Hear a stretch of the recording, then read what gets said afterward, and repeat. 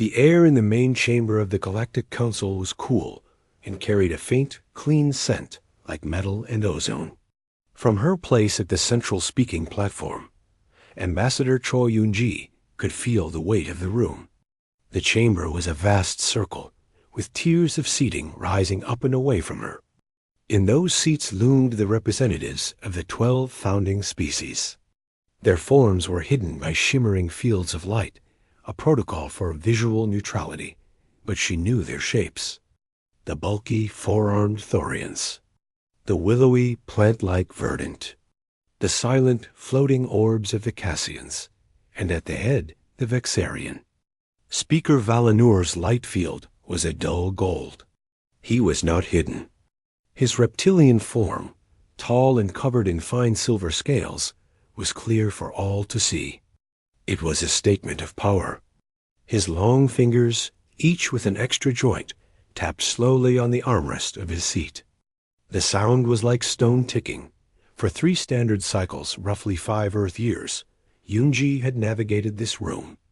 She had presented data on human history, art, and philosophy. She had shared the principles of the UN Charter, the lessons from the Great Reconciliation, the global shift towards collective stewardship. She had smiled, bowed, and been endlessly patient. Humanity's request was simple: an upgrade from provisional species to full membership in the Galactic Council, with all the rights, protections, and responsibilities that came with it. Today was the final hearing, the culmination of all that work. Ambassador Choi, Valinur's voice buzzed, translated through the small device in her ear. The Council has reviewed your petitions. We have studied your cultural submissions and your historical records. The matter is clear. Yun-ji kept her hands clasped loosely in front of her. She wore a simple, dark handbag, the lines clean and severe. It was a choice. Not military, not overtly diplomatic, but dignified, unmoving. Your species' ascent to the stars was rapid, Valinur continued, the word hanging in the air. You went from chemical rockets to fold space drives in less than 3 of your centuries. This pattern is seen elsewhere in your history. Periods of intense, violent conflict followed by bursts of technological growth. Your own records speak of 2 world wars on your single home planet. You have had colonies for less than a standard cycle, and already you have a unified soul defense fleet. You speak of peace, but your infrastructure is martial. A soft chime of agreement echoed from some of the light fields. The Thorian representative's field pulsed a slow red rhythm. This council, Valinur said, leaning forward, is built upon the Pax Galactica, a peace maintained not by threat, but by shared culture and mutual understanding. It is a delicate ecosystem.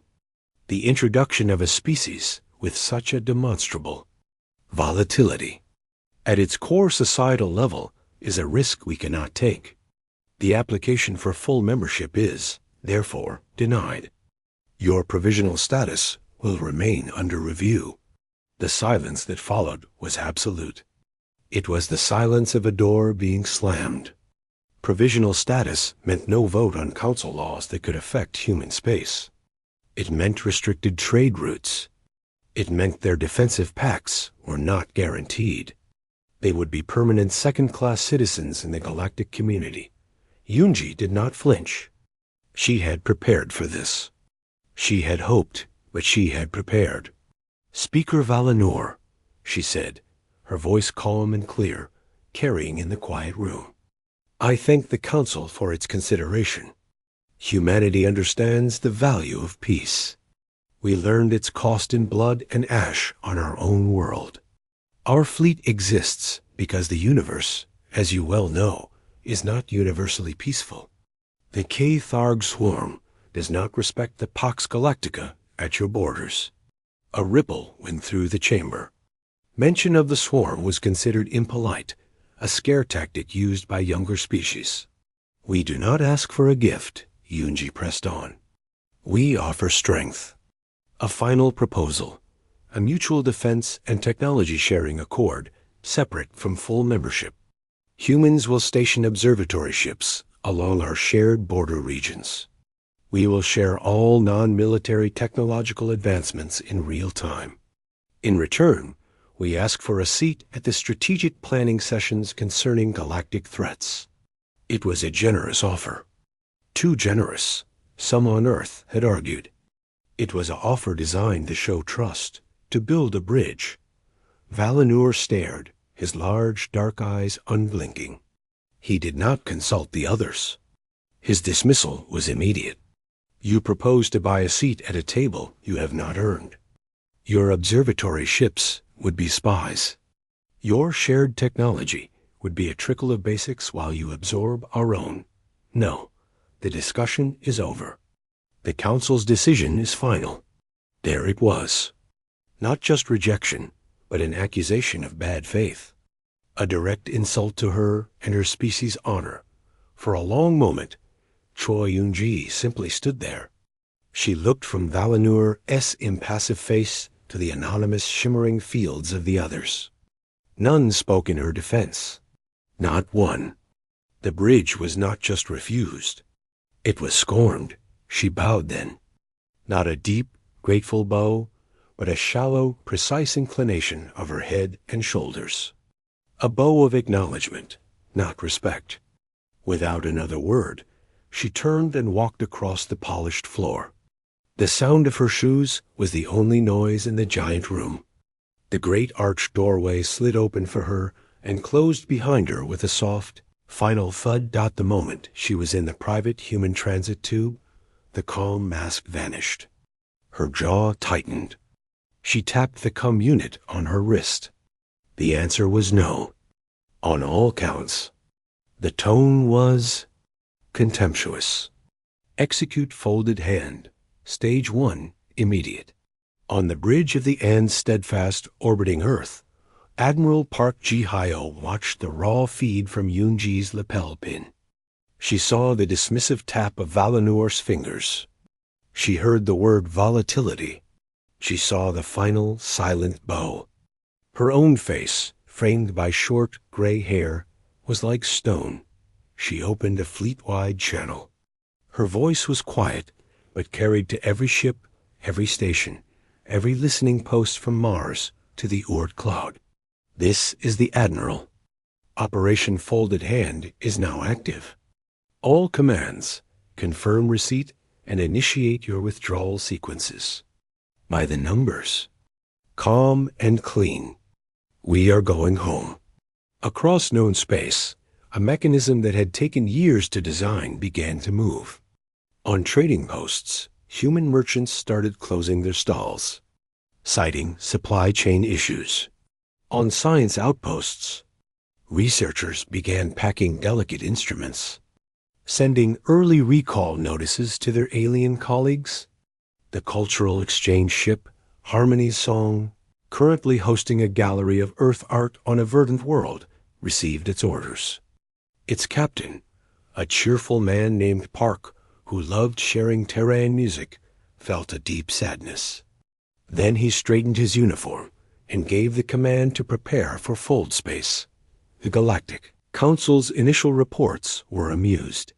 The humans are sulking, a junior Vexarian analyst noted. They have taken their toys and left the garden. They will be back when they need our markets, our technology. Speaker Valinor reviewed the ambassador's departure. He saw the bow. To him, it looked like submission. He felt a flicker of satisfaction. The new, fast, loud species had been put in its place. Order was maintained. The Pax Galactica was secure. He had no way of knowing that the bow he witnessed was not an end, but the first, deliberate move in a different kind of game. He did not understand that humanity's final offer had been a test, and he had just failed it spectacularly. In her quarters on the shuttle, leaving Meridia Prime, Choi Yun-ji looked out at the stars. Her sadness was gone, burned away by a cold, clear certainty. They had shown their hand. Now, humanity would show its own. The peace talks were over. Something else had just begun. The quiet began subtly.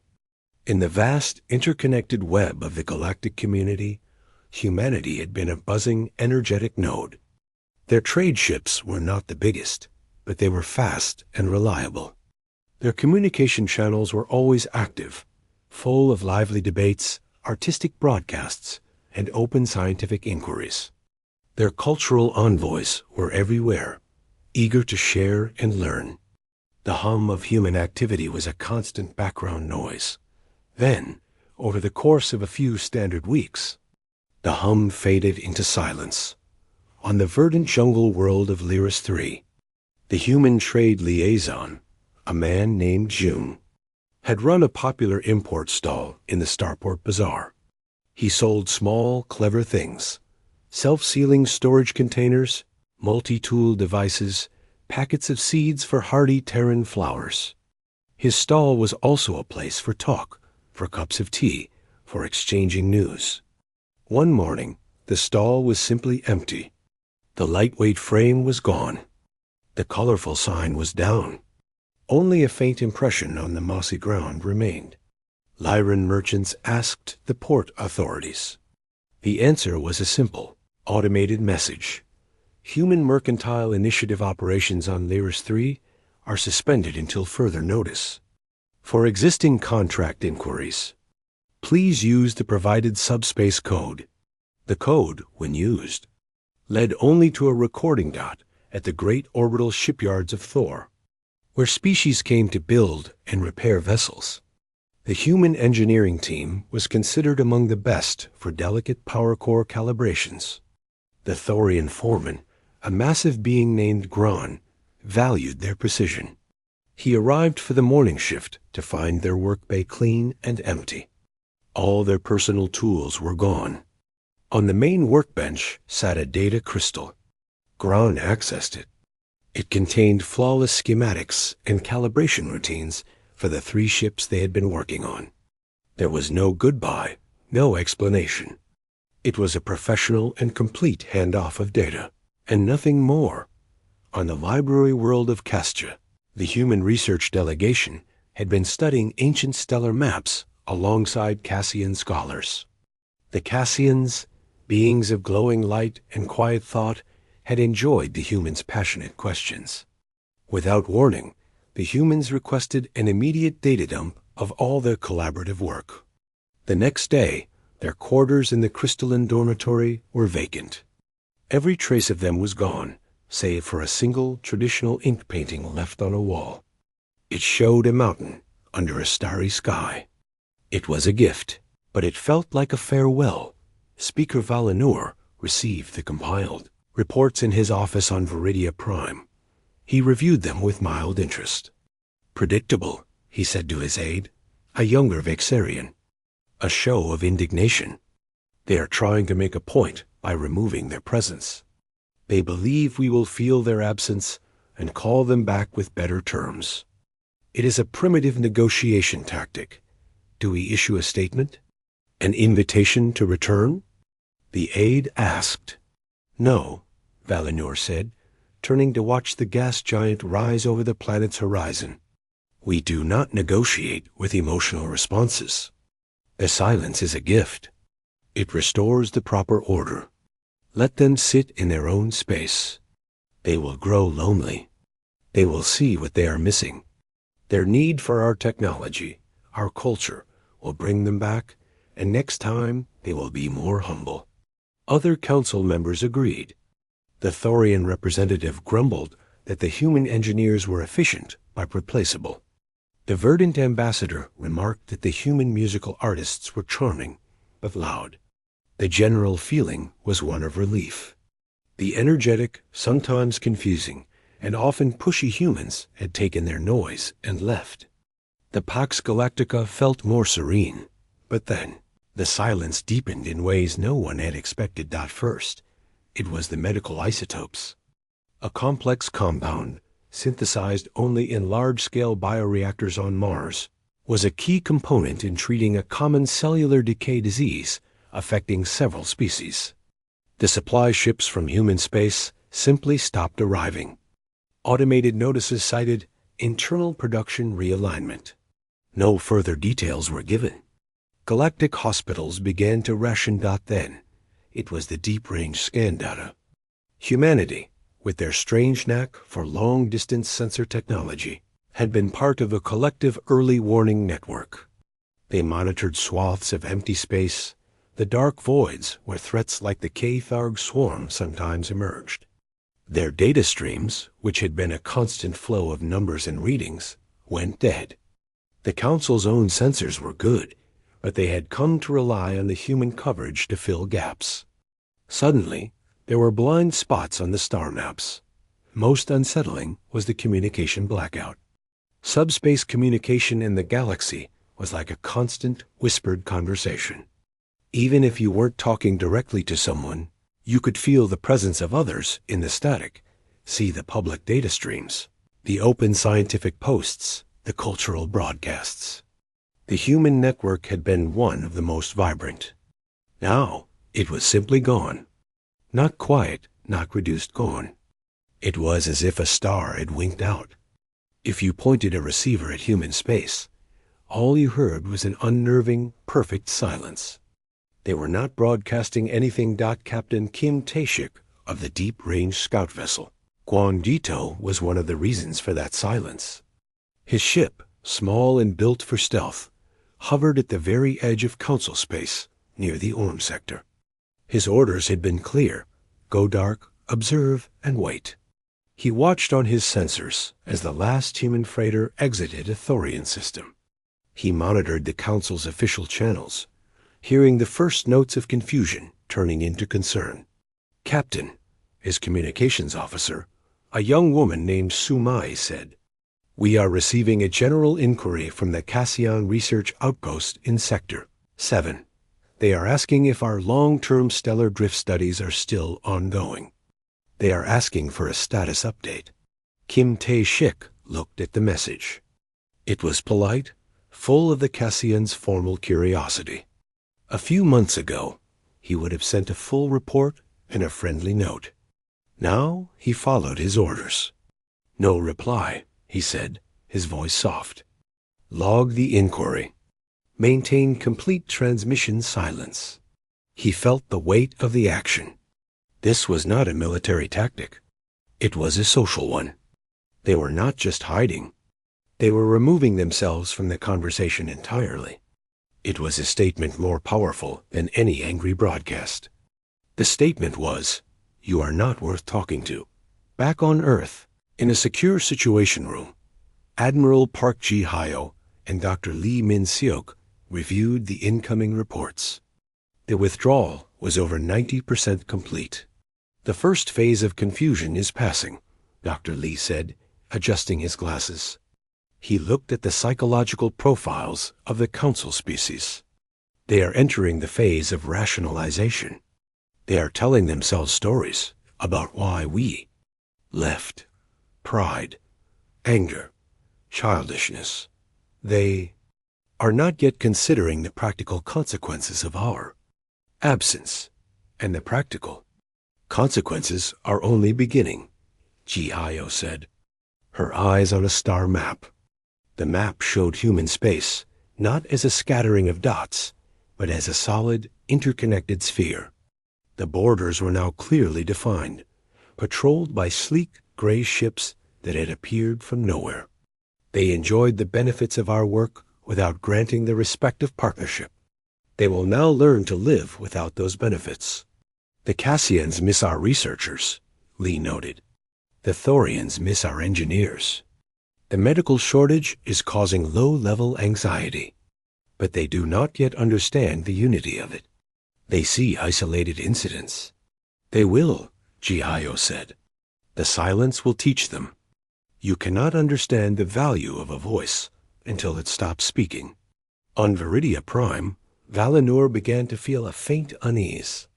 The reports were no longer about closed stalls or departed artists. They were about supply chain disruptions and security gaps. The silence from human space was no longer a simple absence. It was becoming a presence, a negative space that seemed to suck in sound and light. He called a minor briefing. It seems the human withdrawal is more comprehensive than we first assumed, he admitted to the other ambassadors.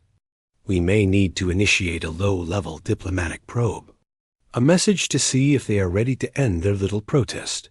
The message was drafted. It was careful, but it still carried the tone of a parent addressing a stubborn child.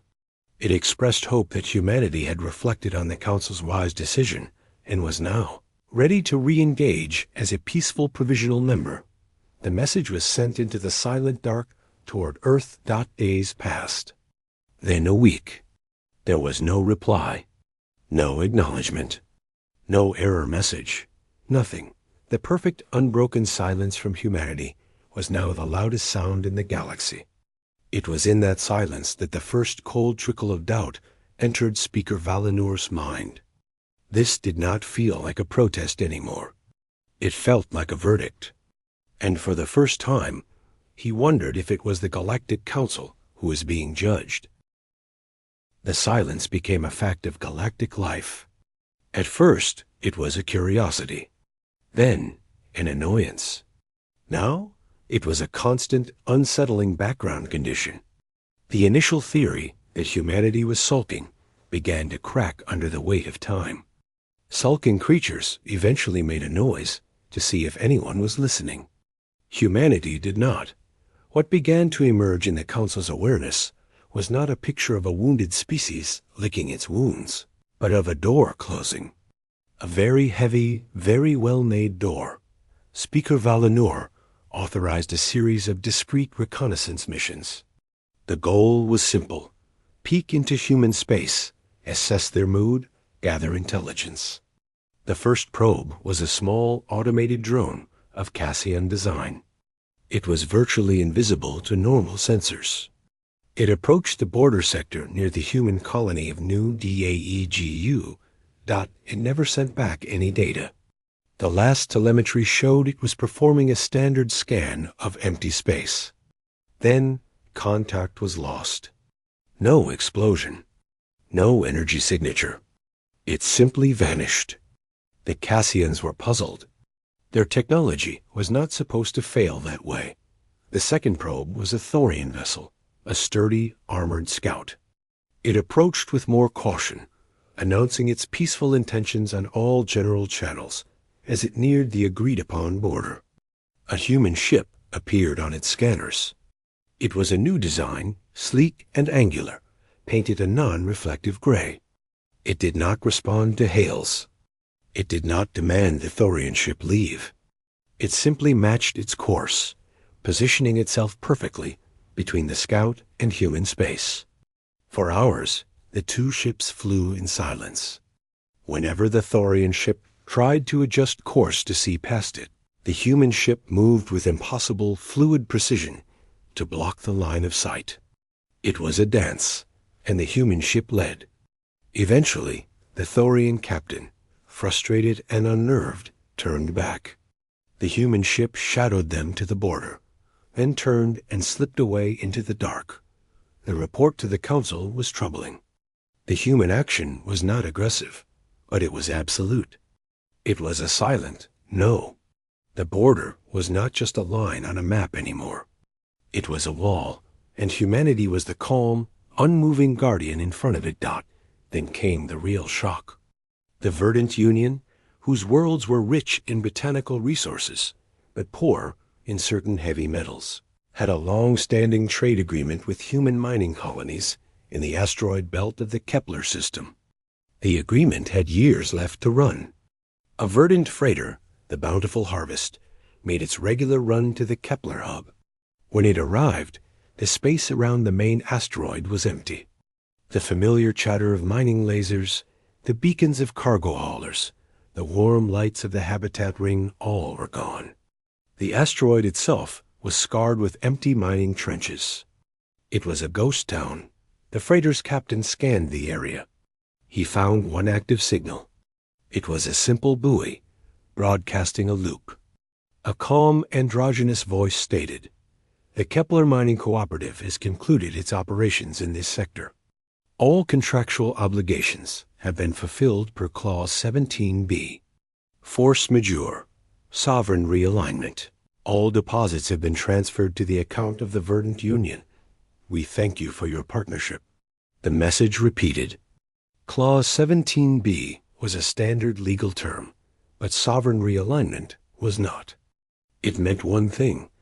Humanity had decided its own laws, and borders had changed, and they had used that change to cleanly, legally sever the contract. They had not just left. They had mined the asteroid dry, paid what they owed, and left nothing behind. This was not emotion. This was logistics. Cold, perfect, and total dot in the council chambers. A new kind of meeting was taking place. It was not about lofty principles of peace. It was about very real problems. The Thorian ambassador slammed a heavy fist on the table, the sound echoing. We need those precision calibrations. Our own shipyards are facing delays. The human engineers did in hours what our teens do in days. The verdant ambassador's floral scent carried a note of distress. The Kepler ore was processed into alloy critical for our atmospheric processors. Our stockpiles will last 6 months, maybe less. We assumed the supply was eternal. We have no immediate alternative. The Cassian representative pulsed with a soft, anxious light. The loss of their sensor data is more significant than we calculated. Our predictive models for stellar drift in the Orm sector are now unreliable. There is a hole in our map. Valinor listened, his scales feeling tight. They were not talking about missing music or art. They were talking about cracks in infrastructure. They had, without realizing it, woven strands of human contribution into the fabric of their own society. And humanity had not ripped them out. They had simply pulled their threads away, causing the entire weave to loosen and sag. Can we not replicate these things ourselves? Valinor asked, trying to sound firm. We are the founding species. Our science is millennia ahead of theirs. A slow, rumbling sound came from the Thorian. It was the equivalent of a sigh. Speaker, we can replicate the thing. The alloy, the calibration. But we cannot replicate the system. The humans had built a dedicated, efficient supply chain. They delivered consistently and cheaply. To build our own from nothing will take years and vast resources. We stopped producing it because they did it better. The truth hung in the air, ugly and undeniable. The council had not just rejected a partner. They had rejected a vital, functioning organ of their own body, believing it to be a useless appendix. Now they were feeling the phantom pain. Meanwhile, in a quiet observation post on Pluto, Dr. Lee Min-seok watched the council's public news feed. He saw the reports of minor economic adjustments and supply chain reevaluations. He did not smile. He made notes. They are in the denial phase, he said to Admiral Ji Hyo over a secure line. Her face on the screen was impassive. They are framing this as a series of inconvenient logistical puzzles, not a unified strategic consequence. They are trying to solve each problem in isolation. They do not yet see the pattern. The pattern is their own dependency, Ji Hyo replied.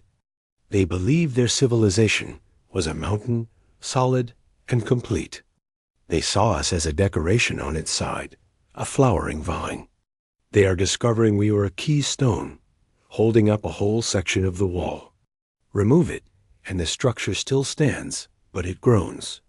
And it is vulnerable. Do you think they will admit the mistake? Lee asked. Not yet, Ji Hyo said. Pride is a powerful thing. They will try everything else first. They will try to substitute. They will try to innovate around us. They will try to pretend they never needed us at all. The silence must continue until they run out of other ideas. Only when every other option fails will they finally hear the quiet and understand what it means. On the bridge of the Gwanggaedo, Captain Kim Tae-shik continued his watch. He saw the increased Council scout traffic near the borders. He saw the confusion. He monitored the subspace channels, now full of worried technical queries between Council worlds about resource allocation and production schedules. The serene confidence of the Pax Galactica was gone, replaced by the buzz of low-grade administrative crisis. He received a priority packet from Admiral G-Hi-O. It contained no new orders.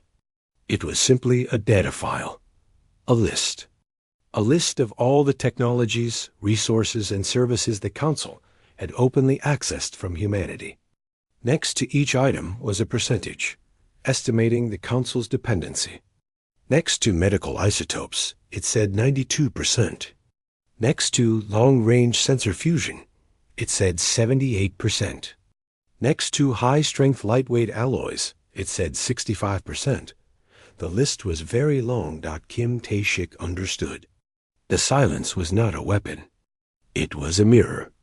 And as the Council scrambled to plug the holes in their ship, they were being forced to look into that mirror and see, for the first time, the true shape of the vessel they had taken for granted. They were realizing, slowly and painfully, that they had not been the generous patrons of a young species. They had been beneficiaries who forgot to say thank you. And now the benefactor had left, and the accounts were coming due. The universe, as the old saying went, did not care for pride or politics. It presented problems with cold indifference. For the Galactic Council, the problem that finally broke their complacency was the K-Tharg swarm. The swarm was a known threat.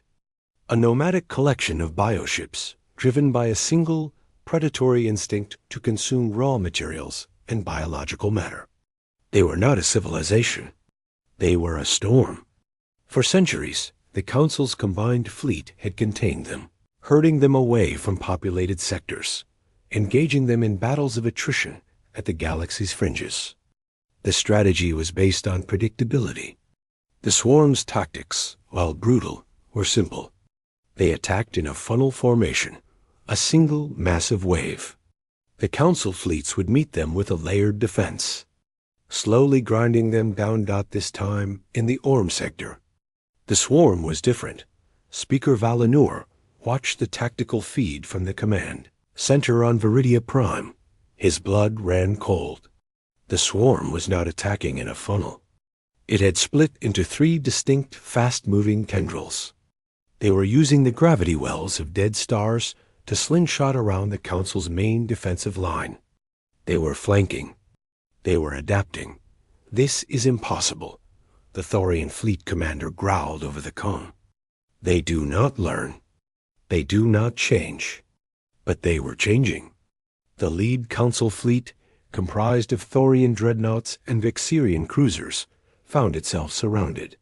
The swarm's smaller, faster ships harried them from all sides, while the larger biovessels pounded their shields from a distance. It was a coordinated attack. The Council's formation, perfect for stopping a head-on charge, was now a disadvantage.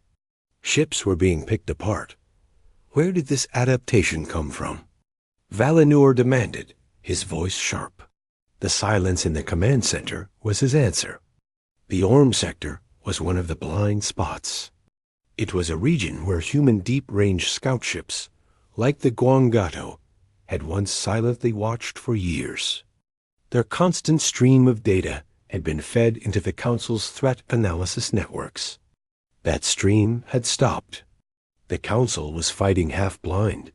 "We need to retreat," the Cassian tactician pulsed, their light dim with fear. "We cannot hold this formation. We are losing ships too quickly." Retreat was a disaster. It would mean leaving the Orm sector's mining colonies, home to millions of a minor species under Council protection, to be consumed by the swarm. The Pax Galactica would be shattered in an afternoon. The Council's authority would evaporate. Valinor felt a crushing weight. His pride, his certainty, felt like ashes. He looked at the desperate battle on the screen, at the flickering icons of dying ships.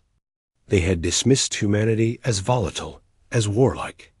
Now, They were facing a true, mindless violence, and their polished, predictable strategies were failing. He thought of the human offer: mutual defense, observatory ships, a seat at the strategic planning sessions. He had called it a trick. He had called them spies. A junior communications officer, a young Vexarian with trembling hands, approached. "Speaker, we are being hailed on a secure, old frequency. It's a human identifier. The vessel Guangbedo." A jolt went through the room. The Guangbedo? That ship was supposed to be gone, pulled back with all the others. What were they doing here, on the edge of a losing battle? To watch? To gloat? "Put it through," Valinor said, his voice hollow. The main screen split. On one side, the chaotic battle. On the other, the calm, focused face of Captain Kim Tae. Shik. He was on his bridge, which was quiet and orderly. He did not look like a man watching an enemy fall. He looked like a man consulting a textbook. "Speaker Valinor," Kim said, his tone flat, professional. "We are monitoring the engagement in the Orm sector. Are you here to witness the consequences of your withdrawal?" Valinor snapped, the anger born of fear. "To see the peace fail?" Kim Tae-shik ignored the accusation. His eyes held no malice, no pleasure, only a distant, analytical focus. The swarm's adaptation was predicted. Our long-range observations of their migration patterns 7 cycles ago indicated a high probability of tactical diversification when faced with repeated static defenses. You are fighting the new pattern with the old strategy. It will not work. Valinor stared. Predicted? 7 cycles ago? While the Council had been debating human membership, humanity had been silently studying the galaxy's greatest threat, learning its secrets. "What do you suggest, Captain?" The question was wrenched from Valinor, a confession of failure. "The swarm coordination is not centralized," Kim said, as if giving a weather report. "It is a harmonic resonance between the bioships. Like a song. The lead vessels emit a subspace frequency that directs the others. Your current broad-spectrum jamming is ineffective. You need to target the precise harmonic. It is a vulnerable system." A data packet suddenly arrived on the Council's tactical server. Valinor nodded to an officer, who opened it. It was not a weapon schematic. It was a detailed analysis of the swarm's communication frequencies, with exact modulation points. It showed how a focused burst of energy on a specific band would disrupt the resonance, causing the swarm's attack to fracture into disorganized individual units. "This is..." The Cassian tactician whispered, their light flaring with sudden, desperate hope. "This is precise. This is actionable. Why?" Valinor asked, looking at Kim's impassive face. "Why give us this?" For the first time, a flicker of something passed over Kim Tae-shik's features. It wasn't pity. It was something colder, a sense of profound responsibility. Because the swarm will not stop at the Orm sector. It would eventually reach borders that matter to us. And because, he paused, choosing his words with care, the colonies in the Orm sector are under your protection. Their lives are not a bargaining chip. They are lives. You have 6 minutes to implement the solution. Good luck." The transmission ended. The screen showed only the battle again. The command center exploded into activity. The data was verified, rushed to the fleet commanders. New targeting parameters were uploaded to the remaining ships. It was a desperate, last-second gamble. On the battlefield, the Thorian commander received the data. He saw the logic. He barked orders. The Council ships, battered and breaking, reorganized. They stopped trying to blast the swarm apart. Instead, they focused their remaining power on a synchronized, pinpoint jamming burst, targeting the frequency band specified in the human data. For a moment, nothing happened. The swarm pressed forward. Then, The leading biovessel seemed to shudder. The coordinated movement of the smaller ships stuttered. The funnel of the attack wavered, then broke apart. The swarm ships began to drift, colliding with each other, their shared minds silenced. They were no longer an army. They were just dangerous animals, confused and alone. The Council fleet, sensing the opening, rallied. Now they could fight on their terms. The tide of the battle turned out in the command center on Viridia Prime. The relief was palpable. Cheers went up. But Speaker Valinor did not cheer.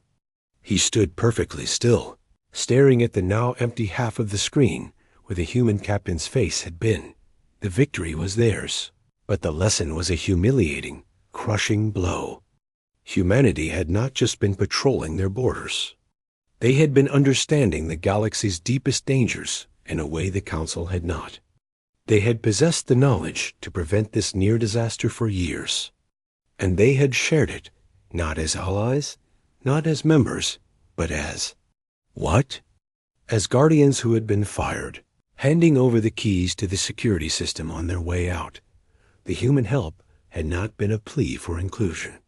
It had been a demonstration, a calm, quiet proof of their value. They had shown that the Council's peace was not maintained by lofty ideals alone, but by the unseen, unthanked work of those they considered beneath them. The cost of the battle was tallied. Ships lost. Lives lost. All of it, Valinor realized with a sickening certainty, might have been prevented if he had not dismissed Ambassador Choi Yunji. If he had accepted the human offer of partnership. He looked around at the celebrating officers. Their joy was real, but to him it now seemed foolish. They were celebrating because someone they had thrown out had tossed them a lifeline. They had been saved by the very volatility they had feared. The silence from human space was no longer just an absence. It was an accusation. And for the first time, Speaker Valinor heard it perfectly clearly. It said, "You were warned. You were offered help. You refused. And now you know what your peace is worth without us." The real mistake was not in judging human nature. It was in failing to recognize that their strength was not a threat to peace.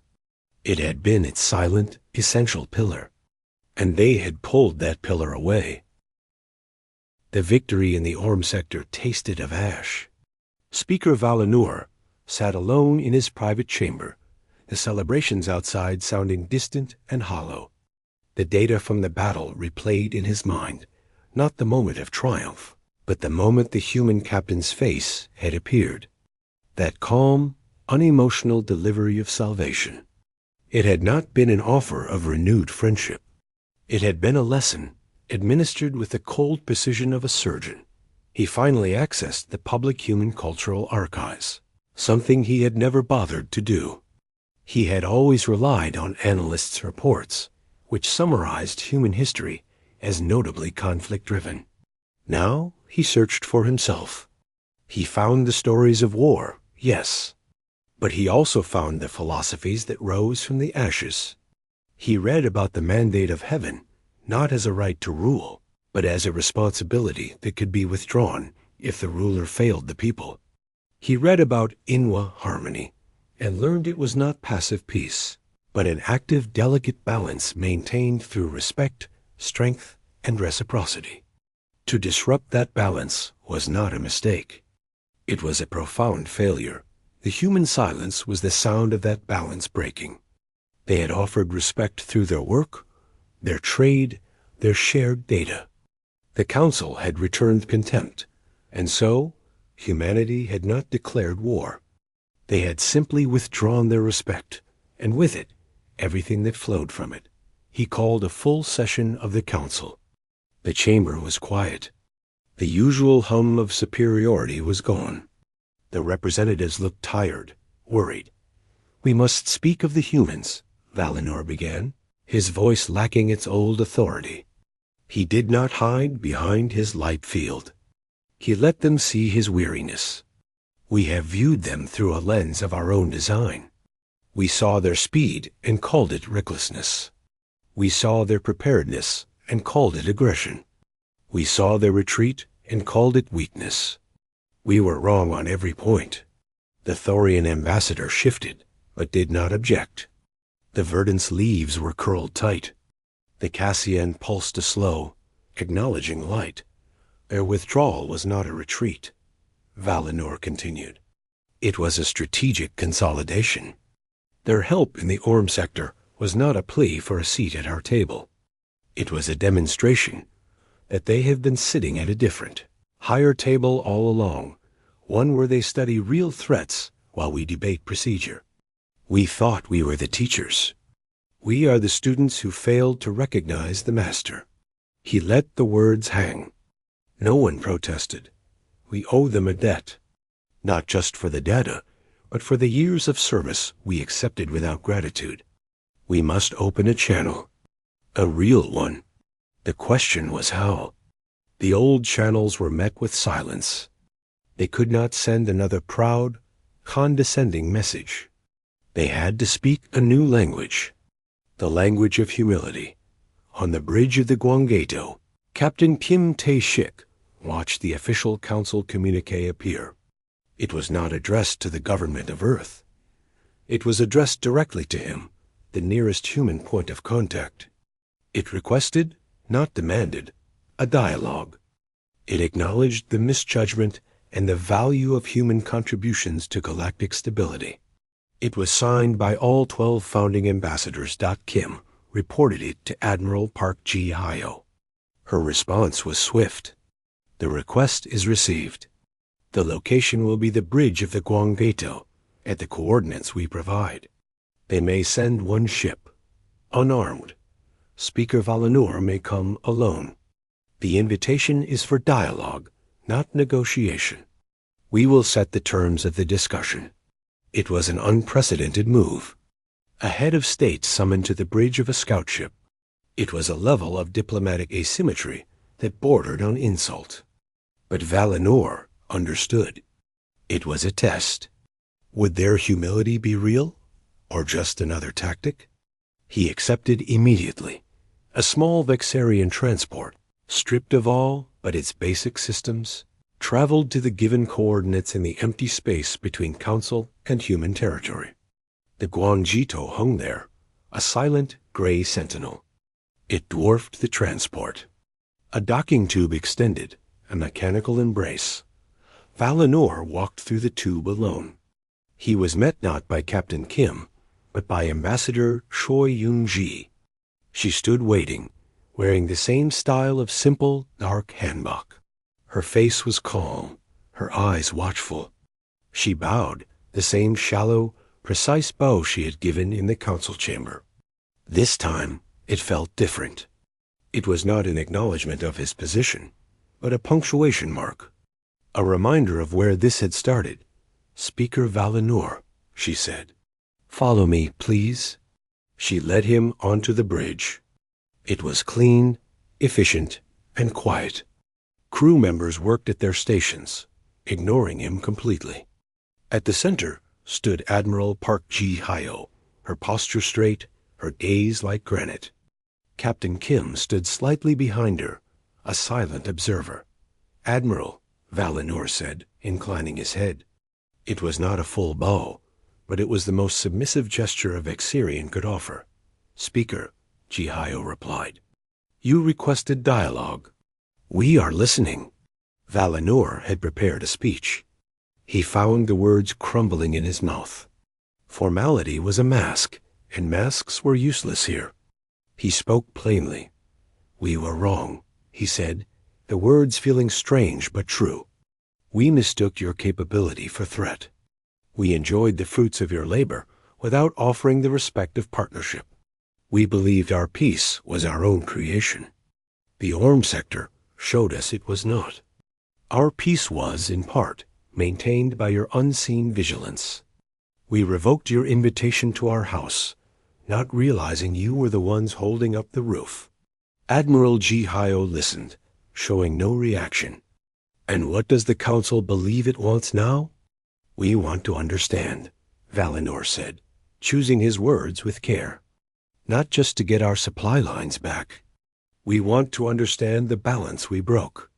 We want to know what true partnership with humanity would require. We are not here to offer you a seat at our old table.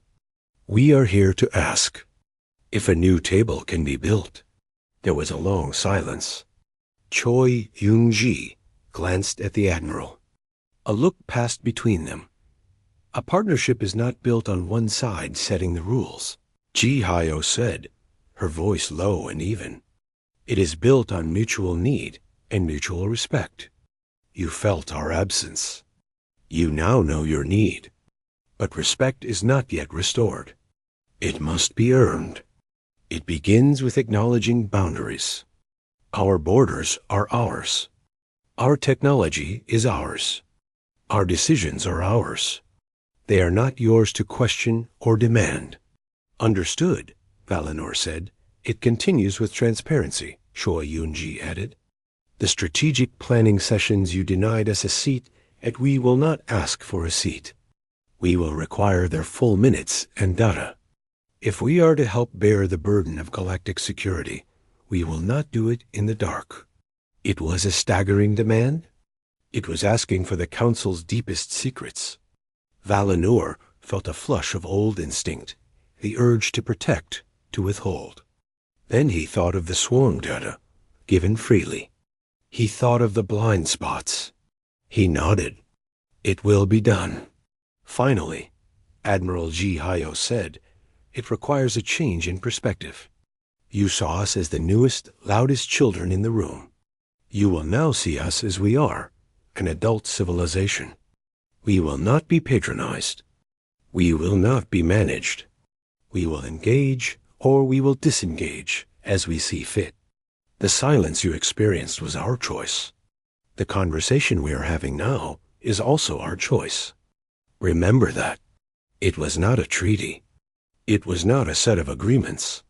It was a set of principles, laid down like foundation stones. The power in the room did not vibrate or hum. It sat quietly in the hands of the humans, a fact as solid as the deck beneath their feet. Valinor felt no anger, only a weary, clear understanding. He had come to bargain, but there was nothing to bargain with. He could only accept the new reality. We will remember, he said. The meeting ended shortly after. No handshakes, no celebratory toast. Ambassador Choi escorted him back to the docking tube. At the entrance, she paused. The mountain does not bow to the wind, speaker, she said quietly, referencing the painting left for the Cassians. But the wind learns the shape of the mountain. He boarded his transport. As it detached, he looked back at the Guangato, a stark silhouette against the stars. The Galactic Council had spent centuries believing they were the mountain, solid and eternal. They had just learned they were the wind, and humanity was the unmovable rock that had finally taught them their own transience. The peace talks were over. A new understanding had begun, one built not on the Council's assumed superiority, but on the hard, earned respect for a people who had the power to walk away, and the greater power to define the terms of their return.